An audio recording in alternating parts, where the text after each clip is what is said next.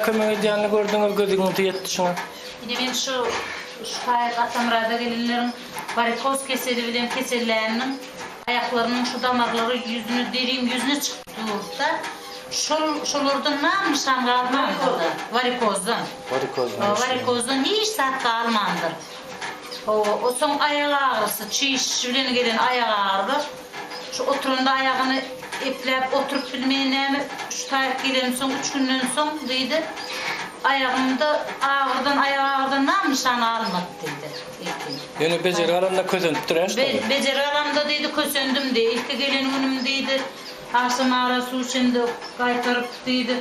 Şu ertir öğlenki poyuzda izme uğrayacak diye oturdum deydi. O sonra erden akşam uykulap erden tursun diye bir deydi. Yengilleşen yalı oldum deydi de.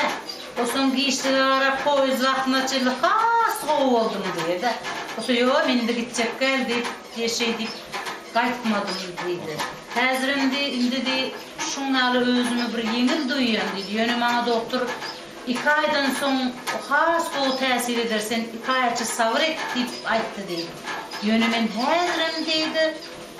Hazır ben ne derecede yengilleşendiğimi deydi beni hiç düşündürüp bilmeyen deydi. İyi de şunlar deydi.